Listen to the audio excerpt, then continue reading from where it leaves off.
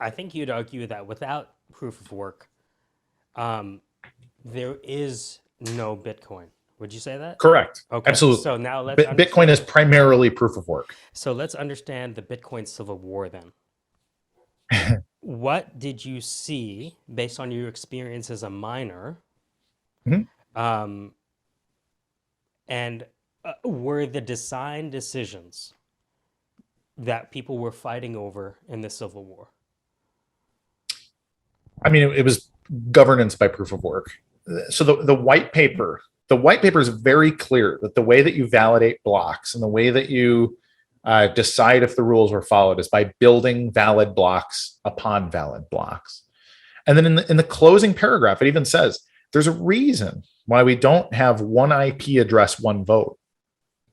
And it's because an IP address can't build a block, not in and of itself. If you can build a block, you're a Bitcoin node.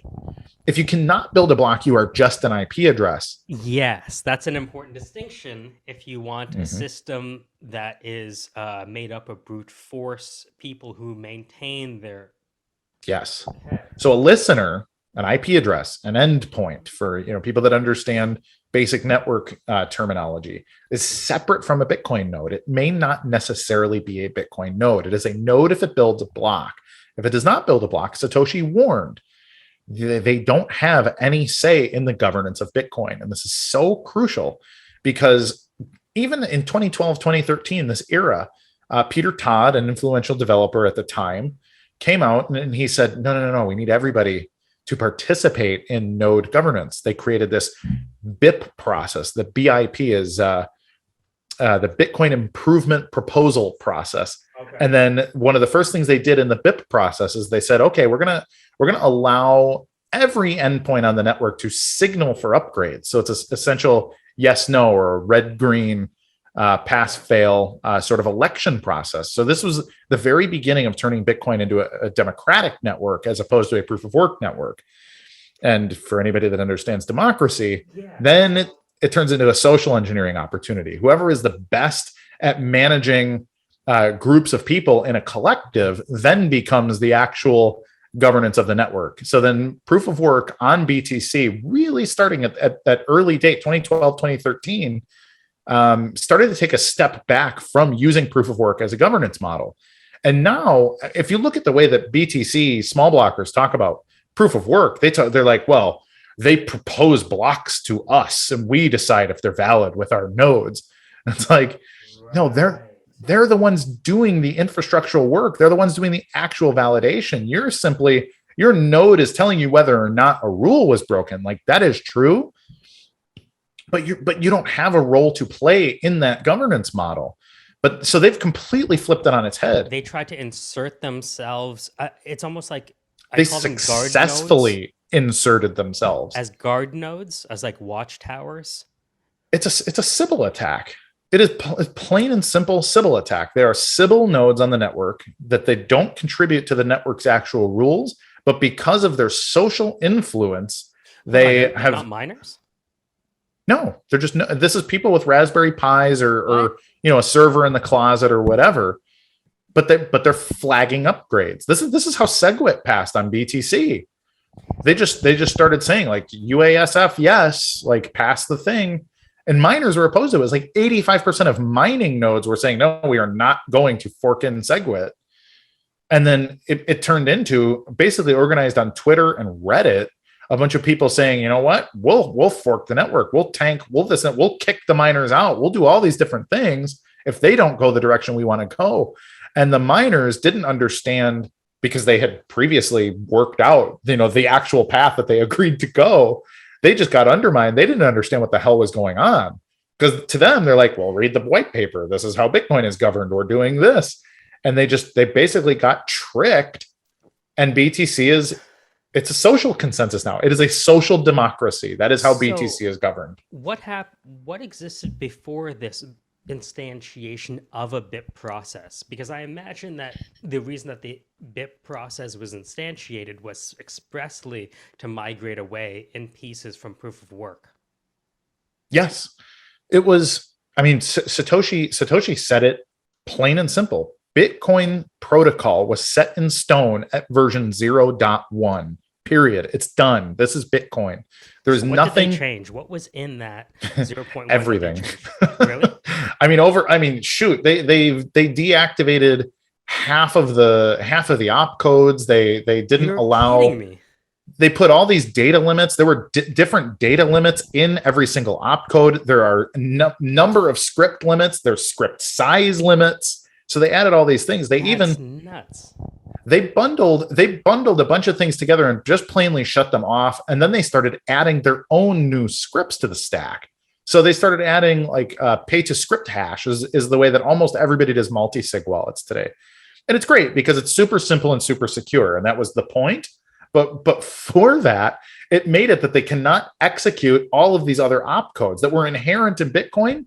They don't know what to do with each other. And so if you use those scripts, it would split the network. So they're like, okay, so now we just have to shut this and this and this using off. A client because its data schema is different. Exactly. Right. And so now, they talk about like, well, we're the only one that syncs back to the Genesis block. And it's like, well, that's actually not true either. Bitcoin Core can't sync past 2013 because you created a fatal flaw with your BIP process. And so they had to basically put in a checkpoint at 2013 of like, okay, everything prior to 2013, we just have to leave as it is, including the errors. And we're just going to go here forward. So this is why Greg Wright was so pissed off back then, because he was like, yo, you fucked up my 0.1. Yes. And so in 2013, 14, 15, it split into two factions. There was the faction that was like, hey, Bitcoin has all these innate abilities. And Satoshi was very clear about like, we can bootstrap pay to send email, or we can create tokens that work on websites, and we can do all these different things in Bitcoin. And then there was the other half saying, no, the only thing that matters is extreme security. And then this democratic node process that everybody can participate in governance, which is itself, this is why I call it it's got some Bolshevik vibes to it. It's a little bit like a general strike or whatever. Like, no, we're the union, man. We're not going to work unless we get what we want. And it's like, that's not real. That's not a proof of work system. Like, this is a proof of work system. So they split into two groups really, really hard. One side was very, very good at social engineering, and they really, frankly, won the day because of it. They were able to get people to say, hey, BTC is great because it's this secure network. It doesn't matter that it's expensive or slow. That's the feature. The feature is nobody can stop it because there's all these endpoints and it's too distributed. And people don't understand proof of work, even conceptually. So they don't understand that it already had lost its ability to be governed in a way that is secure globally anyways, but they trust the software developers, which is what I said about an hour ago. It's that software developers are paid to confuse people. Like, this is their strength, So we should start up our own development shop called Ship of Fools, right? And we're like, day one, it takes 3 times as long as the client thinks it does. Yep. And so set up a maintenance contract. Mm-hmm.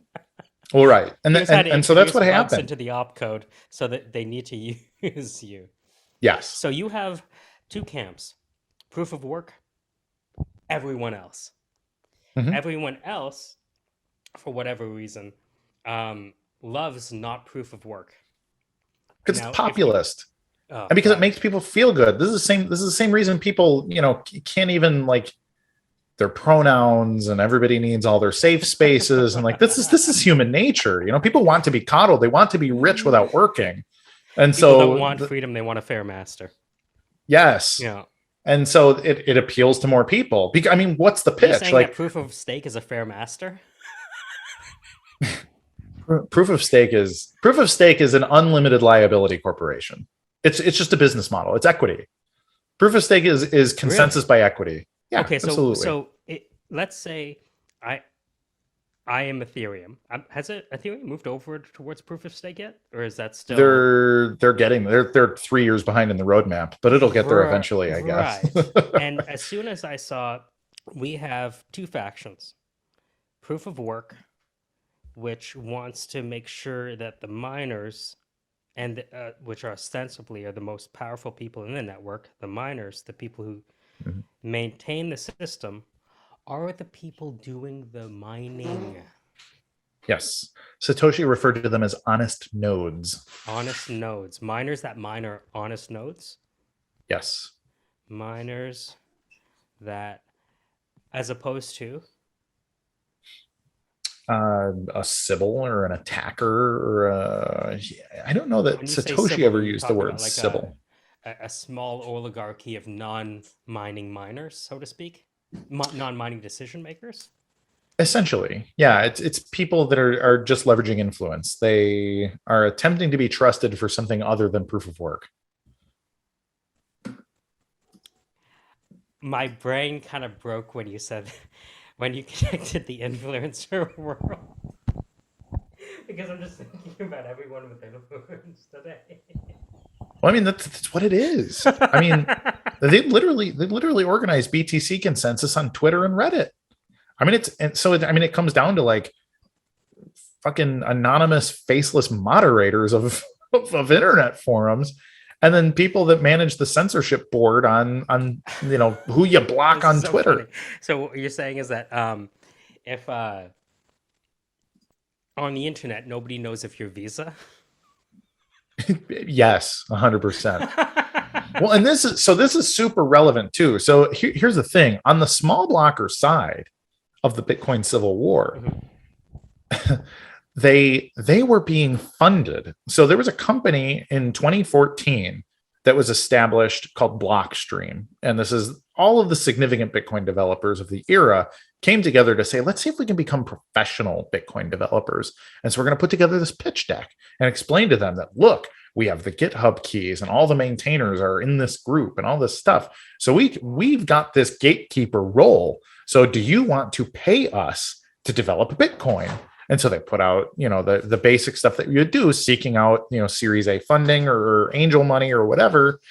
And they pitched it to a number of Silicon Valley VCs. And so the Silicon Valley people came together as a group and said, okay, who can we put together to actually make this happen? I actually know one of the first people to get this pitch deck was a group called BitAngel, which I don't know if they even still exist, but a buddy of mine worked there and is like, bro, these friggin' idiots from Blockstream, they have no business model. They have no profit model. They'll never make any money. And today they're a $3.2 billion company that doesn't produce any. They sell t-shirts and hats on the Lightning Network. but at the time, they were pitching like, hey, look, if you want to help us control the network and steer it in a way that makes the most sense, invest in Blockstream. And so these Silicon Valley people came together with some New York bankers. So a guy named Barry Silbert, who's a very successful venture capitalist and is a Wall Street guy, put together a few people, including Larry Summers, who's a name that you'll recognize.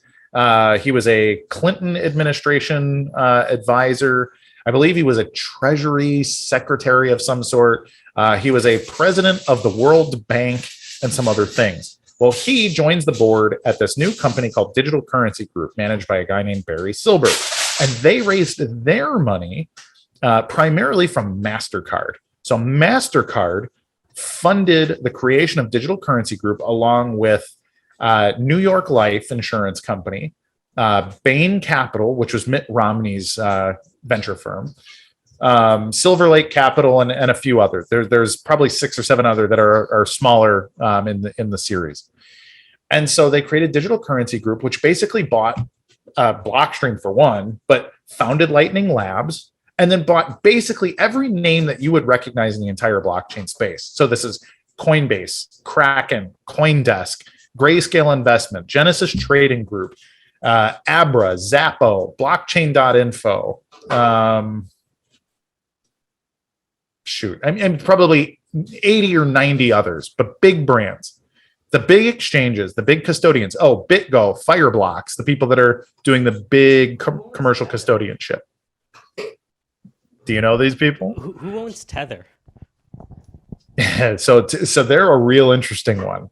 They are is like the canary in the coal mine. If you look at the printing, Well, they're all connected. One of the other players that they brought in early was AXA Investments, which is a I think they're French, but they're a European insurance magnate. Like they're the insurance company in the Yeah, EU. they're like an And easy so insurance. yeah, right. Real the sketchy stuff, the stuff that you're like, does money do that? Like AXA does. So Will really back up covering this loss? No, but we'll you're try hard to to. hear. I can't hear you without the mic. Will anyone back up this insurance claim? I don't know, but they want a policy, so let's write it. You're right. Amp, write it up. Yeah, we are going to insure a continent. Yeah, right. Yeah. So anyways, so they bring them in. That brings in the Europeans. And then they go to Asia. And the major player that they brought out of Asia was a company called Digital Garage. Digital Garage's CEO is a guy named Joy Ito, who is also a faculty advisor at MIT. And so they bring in all these people. They bring in all these people to fund all these different ventures. So MIT had the only other independent Bitcoin development group outside of Blockstream, but they were all sharing the same pot of money. Princeton, right? I don't know where Blockstream's based out of, actually. Okay. There is, if I recall, they're a Silicon Valley based corporation. But I actually would need to double check that myself. I'm not positive. But MIT claims to be independent because they're part of the Learning Lab, the Digital Currency Initiative, and all these different things at MIT. You know, it's a research thing. Yeah. But they were being paid by the same group, this same like shell of a shell of a shell of venture firms. Yeah. The interesting thing is Joy Ito, the founder of Digital Garage, which was their Japanese connection, was forced to step down because he was laundering money from Jeffrey Epstein into the Digital Currency Initiative. So the main developer, a dude named Vladimir van der Laan, and then another also significant but slightly less significant than Vladimir was a dude named Corey Fields. Both of those guys were the two Bitcoin core developers employed by MIT Digital Currency Initiative, and they were being funded almost exclusively by Jeffrey Epstein money. It was known that it was Jeffrey's money, and this is why Joy Ito was forced to step down, because he was very purposely laundering it, telling people not to ask where it came from, and this kind of thing. Which then begs the question, why the hell is Jeffrey Epstein paying for Bitcoin development also? But they're all connected to these various venture capital firms. The biggest player in that space is MasterCard. But then you look at all these people, and it's all financial magnates. It's all old world, old money, old hierarchy, paying for BTC to be what BTC is. And so I think the most obvious thing is that they wanted to control disruption of the payment space, because Bitcoin allows anybody to be a payment processor or a payment receiver of a decentralized currency, or it allows anybody to be a really effective proof of work fintech startup. And so look who's involved in making BTC the thing that it is, this hype machine that doesn't really do anything technologically. Well, it's Silicon Valley venture capital, and it is very old world money. And so that's exactly what happened. And BTC is what it is today. It is that. It is an investment scheme. Make sure to use the Lightning Network. Make sure to use this wallet. Make sure to use Coinbase custody. Make sure, don't worry, your coins are in BitGo. You can, Grayscale Investments just bought more. All portfolio companies of the same bunch of shell companies in the thing. Like, don't worry, join the mainstream investments thing. You're going to be super rich because we're just going to keep pumping valuations, and we're going to use one of our tangential side companies, a company called iFinex Corporation, which is the parent company of Bitfinex, the exchange, and the parent company of Tether, the issuer of the Tether currency. And they just gave $220 million in the last 2 weeks to Blockstream. So now they are one of the largest holders of Blockstream stock, iFinex Corporation. So, but they've been involved in the same space the whole time. So what they're doing is they have a fiat token of a fiat currency that they are using to pump valuations of the portfolio companies of like the 50 this sounds like the entities. Pitch to buy BTC ever. It's like, oh, it is 100%. How can this go down when we have everyone on our? We have like the all-star team from both leagues. Invest in the techno-fascist New World Order by buying BTC. We're all gonna make it. It's interesting because it was when I first started coding with Money Button. I was like, so you're telling me in 10 years nobody else built something like this? Is that what you're telling me? Right. And so it led me to the conclusion that somehow this was being stifled. Because if you have 10 years to mock up a HTML JavaScript button, think, look, Ryan's a good dude. He can't be the only one who ever had an idea for a tender Right. pay. So why isn't it implemented anywhere else? And what makes it so convoluted that you can't?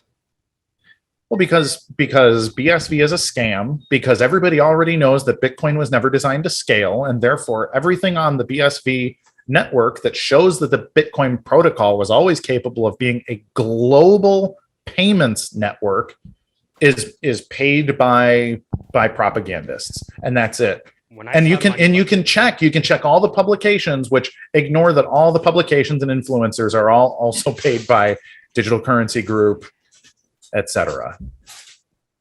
when I saw money button, I was like, first of all, you can swipe.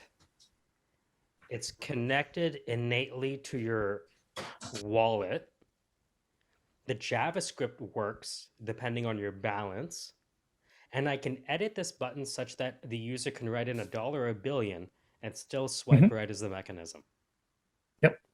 Why doesn't that exist anywhere else? Because you'd think that would be like the first use case for a digital cash.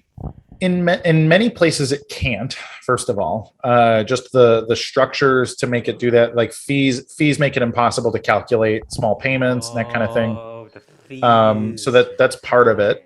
Right. But secondarily, most of these networks don't exist for the sake of actually doing payments, but only talking about doing them in the future or in theory.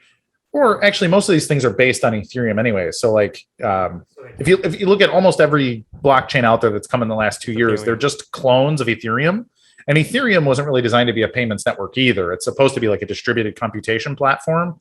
And what people want to do is primarily raise money, issue tokens, do DeFi, and none of that requires useful, juicy, simple wallets. So part of it's an incentives thing.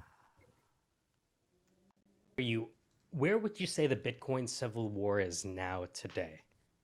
You started off with proof of work literalists, let's say, and then you had people that wanted to write their own commandments.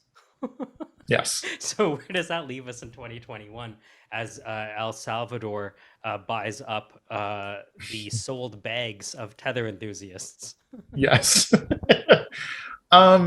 It's interesting. Like, we've won, like the originalists, the Bitcoiners, the people that believed that Bitcoin could always scale. We have lost a lot of battles and we've won a lot of battles. If you look at the battles we've won, I mean, we've mined 2 gigabyte blocks that have 40, 50,000 transactions in them. We've seen up to, wow. Yeah. I mean, like these are What's things that we were told for against big blocks. If you make the blocks too big, it'll become too expensive to store them and to synchronize nodes. And then simple people with simple hardware won't be able to participate in consensus anymore. Weren't simple people with small nodes never meant to be miners? In my opinion, yes, that's crystal clear. But that's the argument. That's the fundamental philosophical argument, is that Satoshi wanted there to be lots of little nodes on the network, and I would disagree. But that's the major sticking point. And then to the people that actually read Satoshi's words about it, like how he advocated for Bitcoin to make its way into server farms and custom hardware and all of this stuff, they look at it and say, well, Satoshi was wrong. We built a better system. Like, Satoshi wasn't right about everything. He's not a god. Stop quoting Satoshi. So, which is a really convenient way to say that, Satoshi didn't understand Bitcoin and therefore he's irrelevant. So, and that's what